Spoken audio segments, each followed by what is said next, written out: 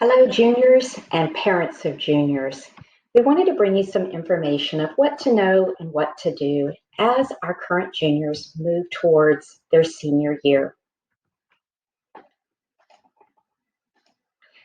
First of all, here's a list of our academic counselors, as well as Mrs. Miller, who is our College and Career Center Coordinator and Advisor. This information is also on the high school website if you forget which counselor your child reports to. And we wanted to start with senior schedules and requests to make changes. Please be aware that course verification sheets will go out via student email the first week of May. And this is the last opportunity for students to request course changes for any reason. Please also be aware that we can't always honor those requests based on space availability. Perhaps a course didn't have enough students for the class to make. Perhaps it's a course that the student needs for graduation requirements or endorsement requirements. But that email will be coming out. It will come to student emails with a course verification sheet during that first week of May. It will be due back by May 22nd in a Google form that we will also be attaching. Once we start school, students will have the first 2 weeks of the fall semester to request course changes that meet specific requirements. For example, a level change. If a student needs to move from an AP level to an academic level, those changes will be considered during the first 2 weeks of school. And again, please keep in mind that we can't always honor a schedule request change, but we will do our best. When we're looking at schedules and classes, students often are asking about rank versus GPA, and it can be a little confusing sometimes, so we want to try to simplify it. First of all, it's the rank at the end of the junior year that's used for college acceptance.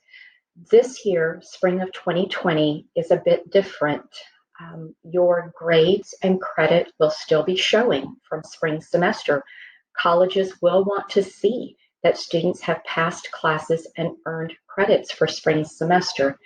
However, it's the rank and GPA from the end of the fall semester that will actually be reported to colleges and reported on final transcripts for this year. So again, the current transcript, when you get to the end of this junior year, students, you will see your grades, you will see credit based on course completion from spring, but rank and GPA that we'll be showing will be based on the end of the fall semester. So how do we determine rank? Rank includes the 4 core areas such as English, math, science, social studies, foreign language, and then any additional honors, AP, or dual credit course that you may take. So if you take Art 1 and earn your fine art credit, that would not count into rank. But if you take AP Studio Art or an honors art, it would count into rank because it is a higher level course. It's a more rigorous course, and we want to reward our students for that hard work in upper level classes. So rank works on an 8-point maximum system. If your student is in an AP or dual credit course and they earn a 100 for the semester, that student would earn 8.0 rank points. If they have a 99, it would be 7.9 rank points. A 98 would be 7.8 rank points, and so forth. Honors level classes receive a maximum of 7 rank points. So again, if you have a 100 in a class, that would be a 7.0. A 99 would be 6.9, and so forth. And then our academic classes max at 6 rank points. When you're looking at your transcript, you'll actually see your rank calculation on the bottom left-hand side. What colleges are typically asking for, though, when they are asking for GPA, that's your overall grade point average. For us, it's based on a 4.0 scale, and it includes every course that's been taken while in high school, even those taken at middle school for high school credit. Your grade point average, students, is unweighted. So anything between a 90 and a 100 will be awarded 4.0, and 80 to 89 would be 3.0, and so forth. So again, grade point average is based on all courses taken for high school credit. It's on a 4.0 scale, and it is unweighted. And this number can be found on the bottom right-hand side of your transcript. And again, this is what colleges are normally asking for, and they normally do ask if it's a weighted or unweighted grade point average. As you're looking at post-secondary options, and that's just a fancy way of saying what you're going to do after you graduate from high school, we have quite a few options out there for students. Some may choose to go immediately to work. Some of our students may be earning industry certifications like an OSHA safety certification or an Adobe certification that can be used going straight into the workforce. Others may decide to go on for further education or further training. And again, even with that, we have so many options. Some of our students may choose to enlist in military and attend college while in military or after their military duty. Some may serve in a junior ROTC program while in college and have some scholarship funds there available. Others may go straight into the military and receive their training with military. So many options, even within that one route. We also have private tech trade schools that are out there and vocational schools. These are typically more hands-on for students, and often there are certification programs that can be completed in less than a year. Two-year community or junior colleges is another option for our students. And with these community junior colleges, there are quite a few options, and I'll go over those in just a moment. Students also have an opportunity to go straight to a four-year university. Students and parents, please keep in mind that during the senior year, students will have 2 days to visit colleges. It does not count against attendance, but students must turn in a letter from that college that they missed school the previous day because of a college visit. That needs to be turned into the attendance office the day that you return. I know right now college campuses are closed, but students and parents, there's some wonderful opportunities to do virtual tours. You can find those on the college websites themselves, or within YouTube. There is one particular site that has 100 different colleges that you can access within one site. So there are some opportunities to visit virtually, and I hope that you'll take advantage of those until you can get on those campuses in person. So as you're thinking of post-secondary, if you want to go on to college or university, again, we have quite a few options. If you're looking at a community junior college or a technical college, you can indeed earn certificates. Those may be less than a year, and typically you're going to be a bit more hands-on. You wouldn't have a college English or math class with those typically. Our students sometimes want to start at a community or junior college to earn some credits to transfer onto a four-year, possibly to earn an associate's degree, which is normally a 2-year program. Most 2-year colleges are going to require two things: an application and a transcript. And we're very fortunate in Texas that they are considered open enrollment. So as long as students apply and submit a transcript, students will be enrolled at that college or at that community junior college tech trade school. And they will have to go through some additional testing requirements, and I'll go through that in just a minute. Is those who are working towards technical certificates do not have testing requirements. Again, as long as you apply and send a transcript, you're in. So benefits of a 2-year community junior college, usually it's less expensive than going to a 4-year. Usually classes are smaller. Sometimes students are able to stay living at home and commute, so you have the savings there of not having dorms and meal plans. But some of our junior colleges are set up very much like a smaller 4-year. If you think about Blinn Junior College or Navarro Junior College, they actually have dorms on their campuses, and they have sports teams, and students can participate just in a much smaller setting. So If you feel like a smaller setting and less expensive would be most advantageous and a good place to start, you might want to check out some of the community and junior colleges within the state of Texas.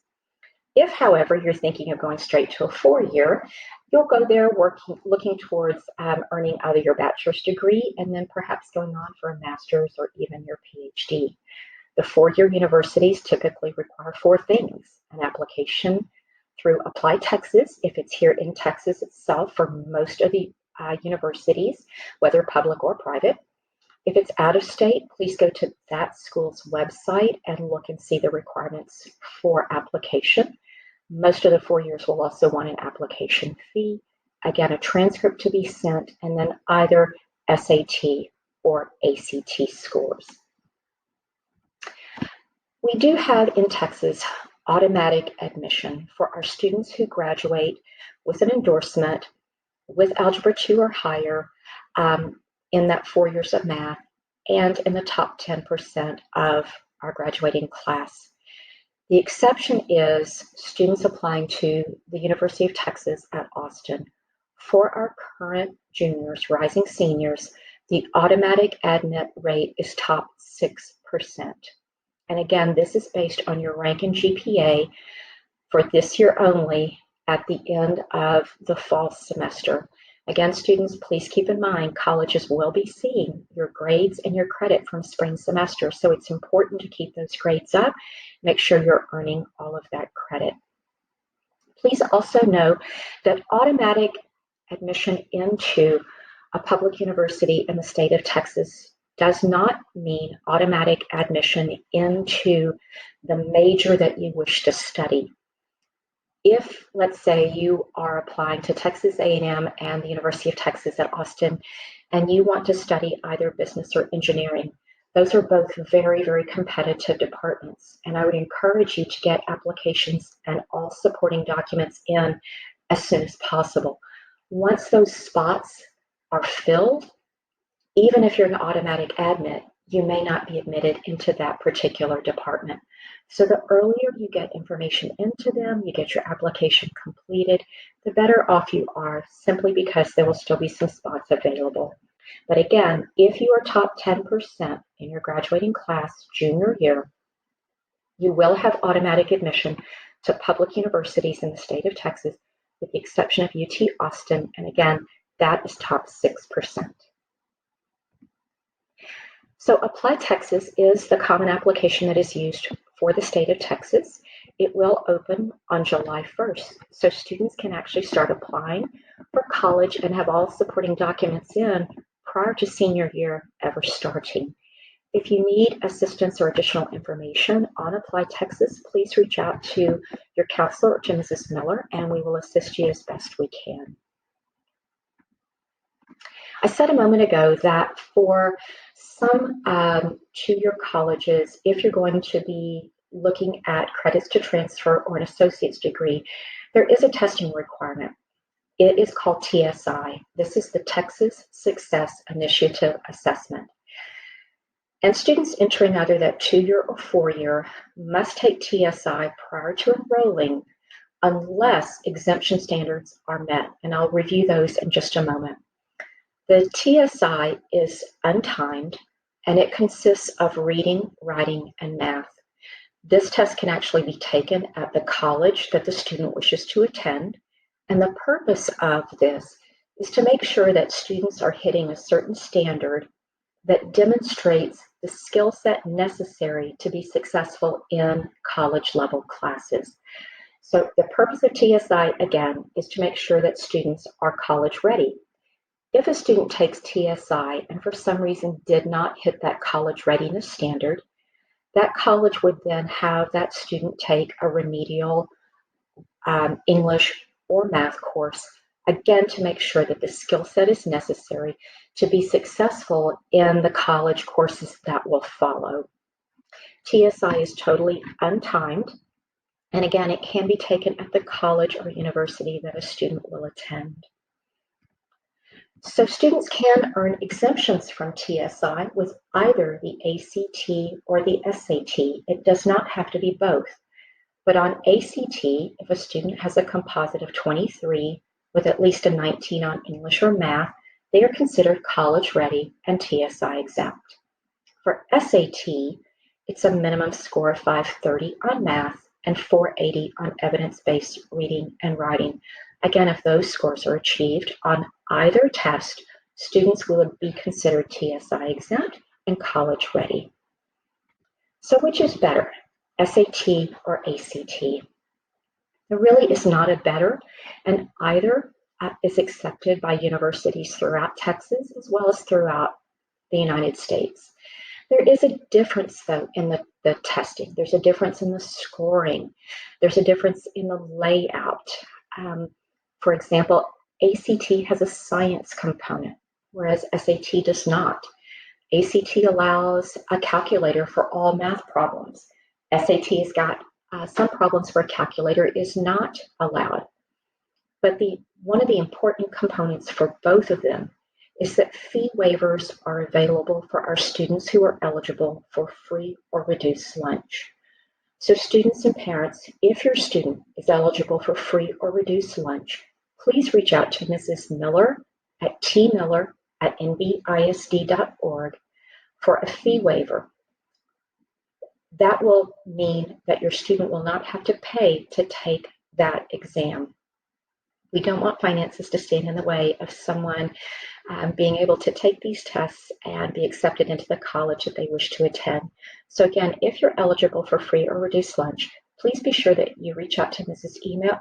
Miller at her email address prior to registering to take either one of the exams. Please also know that some of the exam dates have been canceled for SAT, ACT. Both organizations are working to possibly add additional test dates for students. If you would check their websites for either SAT or ACT for the most up-to-date information regarding test opportunities in the future. So after you complete Apply Texas and you've taken SATs or ACTs if needed, the third component or third piece that will be necessary for your universities or your colleges will be a transcript. This also will apply to students that are enrolling in military, and many times employers may want to see a transcript after you graduate. So this is how you go about requesting it. We have a link on the high school homepage to Parchment, and students will set up an account there. We encourage students to use a personal email rather than school email, since your school email will be inactivated after graduation. So please make sure that you're requesting transcripts at least 2 weeks in advance. And if you're requesting transcripts at the end of the spring semester, early part of June or mid part of June, please be sure that you put on there to hold for grades when you're submitting the request. That will ensure that spring semester grades and credits are included on that transcript that is sent to the college or university. So again, if it's prior to July 1 this summer, please be sure you select hold for grades to make sure that the most up-to-date transcript is sent to the college or university you wish to attend. Please also keep in mind, students and parents, you can go into Parchment and request a free self-view of the transcript. You'll receive a message from Parchment. You actually have to download the transcript in order for the most current one to show, but you can do that at any time. And then we do still provide twice a year a copy of the most current transcript for students. And we normally do that, parents, during lunch. Students can come by and pick up their transcript. We do that as we go into the beginning of spring semester, and then we will have it available as we go into fall semester, so that we can ensure that credits for the previous semester are indeed included on those transcripts. Please also keep in mind that transcripts are only updated at the end of the semesters, not at the end of the 9-week grading period. If you have a student athlete who's hoping for scholarship to play sports in college, either an academic scholarship associated with sports or an athletic scholarship associated with sports, please be sure to register with NCAA Clearinghouse, and then be sure that you're talking with your coach. They may know some schools who are interested in you as a student athlete, so your coach is your best bet for that information. The other thing that is on our high school homepage, or one other thing I should say, is information about green cords. Our students do an amazing job of serving our community, and we want to honor those who accrue 150 hours or more of volunteer service. The volunteer hours can be earned at any time beginning the summer before 9th grade year, but they have to be completed and turned in by May 1st of the senior year. Again, information is on the high school homepage under a link for green cord information. There is access to the form there that students use to log those hours. And again, it's due by May 1st of the senior year. This is a checklist for juniors. It is not inclusive, and it's not something that you necessarily have to do all, but it's just some things to think about. Making sure that you have a list of questions to ask college reps. Mrs. Miller sent out in Sunday Scoop some of the colleges that are going to be doing virtual visits with the high school. Think about the questions you might want to ask them. Start considering SAT or ACT when that opens back if you haven't already taken. Again, registering with NCAA, visiting about finances with you and your parents. And I will show you a website in just a minute that has a tremendous amount of information about college and financing. So one thing that I think is important on here is the getting organized piece. As you start registering for other college visits, or registering for SAT or ACT, or doing Apply Texas, you may have a series of passwords and dates that you need to keep in mind. Figure out a way to keep that organized so you don't miss a date that's coming up, or so you don't lose a password or a username. And please keep in mind that counselors don't have access to a lot of that information. Your SAT or ACT, I'm sorry, we can't access username and password. So it's really important that you get organized and keep organized as you're setting up these different accounts and different links. So here are the websites that I was mentioning that do have a tremendous amount of information. The first and second link there are to the counselor homepage and the college and career homepage. You can also access both of these by going to the high school website and clicking on either college and career on the left, counselor on the left. Then within each of those websites, there's a tremendous amount of information, including contact details for all of us. There's the link for Parchment there, but again, that's on the high school homepage for you to access as well. Khan Academy, towards the middle, I really encourage you all to access and set up a free account. Khan Academy has 8 full-length SAT practice tests that are totally free. Their research is showing that students who take 4 or more of the full-length practice tests are improving SAT scores on average by 100 points. Khan Academy is also just an amazing resource for tutorials. If it's a Sunday afternoon and you have a homework and you're stuck, Khan Academy has a variety of lessons and subjects, and it covers most of the core areas for high school courses. And you can hop on and see actually problems being worked on a whiteboard or explanations of a certain concept. So it's a fabulous resource, and again, it's totally free. Texas OnCourse has a wealth of information. This is one of the sites that has financial information on it.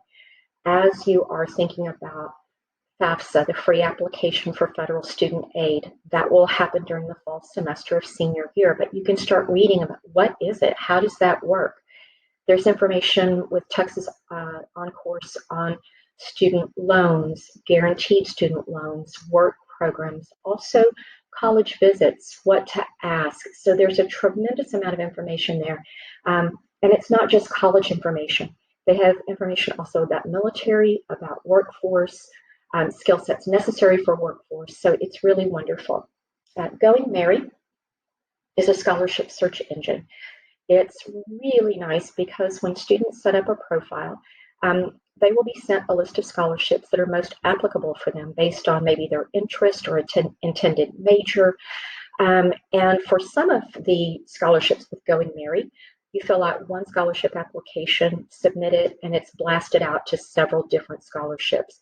There are scholarships available to juniors, so it's not too early to hop on that website. It's certainly not the only scholarship search engine, and Mrs. Miller's college career website does have several other search engines on it, as does the counselor website. The last three that are there have quite a bit of information about employment, the job market in the future. What does that look like if students are not sure the career they wish to pursue? You can look at some of these to find out about different careers that are out there, and then can look and see, is there a demand for that career? Is it a growing field, or is it a field that is going to be in lesser demand 2 years or 4 years or 6 years from now? So those are wonderful resources for careers and for exploration there. Again, on both the counselor and college career website, there are a multitude of other websites and links that hopefully will be helpful for you. But please keep in mind, we're here to help. Our website, college career website, can help walk you through quite a few steps. But if you need assistance, we're here to help. We can't wait to see our unicorns. We hope you're all doing well and staying safe. If you need us, please reach out. We are on our computers, on our emails, and we will respond just as quickly as we can. We want to provide the assistance that we can, not only during this time of quarantine, but as we move forward and get back to unicorn world. So wishing you all the best. Again, stay safe, and we can't wait to see you next fall. Take care, unicorns.